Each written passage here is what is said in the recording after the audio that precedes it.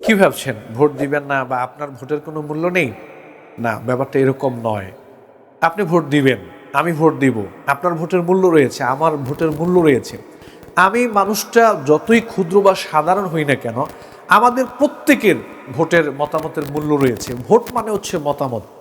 আপনার আমার, আমি আপনি, আমরা সবাই মিলে বাংলাদেশ। আমাদের মতামতের উপরে নির্ভর করছে আল্লাহ চাহে তো আগামীর বাংলাদেশটা কেমন হবে, রূপরেখাটা কেমন হবে, এটা নির্ভর করছে আমাদের সবার মতামতের উপরে। কারণ আপনি মতামত দিবেন, আমি মতামত দেব, সবার মতামত একত্রিত হওয়ার পরেই কিন্তু আমাদের দায়িত্বশীল নির্বাচিত হবে। অর্থাৎ যারা এই দেশকে পরিচালনা করবেন, এটা কিন্তু আমরা নির্বাচন করি আমাদের ভোটের মাধ্যমে, আমাদের মতামতের মাধ্যমে। আপনি আগামীর বাংলাদেশ কেমন দেখতে চান? এই দেশের শিক্ষা ব্যবস্থা, অর্থ ব্যবস্থা, এই দেশের আপনি ব্যাংক ব্যালেন্স, চাকরি বাকরি, অফিস আদালত, ব্যবসা বাণিজ্য, রাস্তাঘাট সব কিছু মিলিয়ে আপনি বাংলাদেশটাকে কেমন দেখতে চান? এটা কিন্তু আপনার চিন্তা এবং আপনার মতামতের উপরে, আমার চিন্তা আমার মতামতের উপরে নির্ভর করছে। আল্লাহ চাহে তো আমাদের সবার চিন্তা মতামত যদি একত্রিত হয়ে সুন্দর একটা চিন্তার পিছনে, সুন্দর একটা দৃষ্টিভঙ্গির পিছনে আমরা আমাদের মতামত ব্যক্ত করতে পারি, তাহলে আগামীর বাংলাদেশ আমাদের মতো করে আমরা গঠন করতে পারবো ইনশাআল্লাহ। এই জন্য আপনি আমি ভোট দিব, মতামত ব্যক্ত করব, তবে দৃষ্টিভঙ্গিটা আগে ঠিক করতে হবে।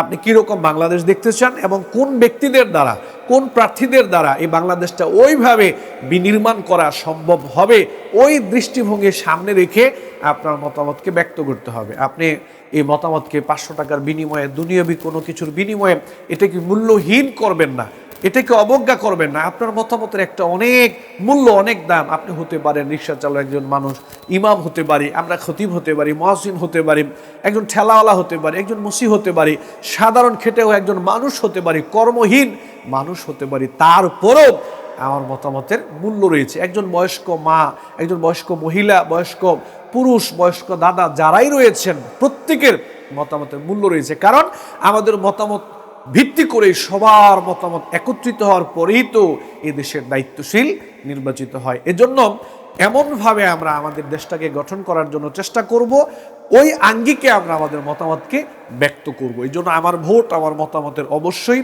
মূল্য রয়েছে। আমরা সবাই মিলে এমন দৃষ্টিভঙ্গিকে সামনে রেখে মতামত ব্যক্ত করব, যাদের পিছনে, যার পিছনে মতামত ব্যক্ত করলে আগামীর বাংলাদেশ হবে সুন্দর একটি বাংলাদেশ। সব যোগ্যতা, আমানতদারিতা, সততা, ইনসাফ ভিত্তিক একটা সুন্দর রাষ্ট্র কাঠামো, উন্নয়নশীল রাষ্ট্র কাঠামো আমরা গঠন করতে পারবো। ওই দৃষ্টিভঙ্গিকে সামনে রেখে ওই রকম ব্যক্তির পারপাসে আমরা আমাদের মতামতকে, ভোটকে ব্যক্ত করব ইনশাআল্লাহ। আল্লাহ তৌফিক দান করুন, আমিন।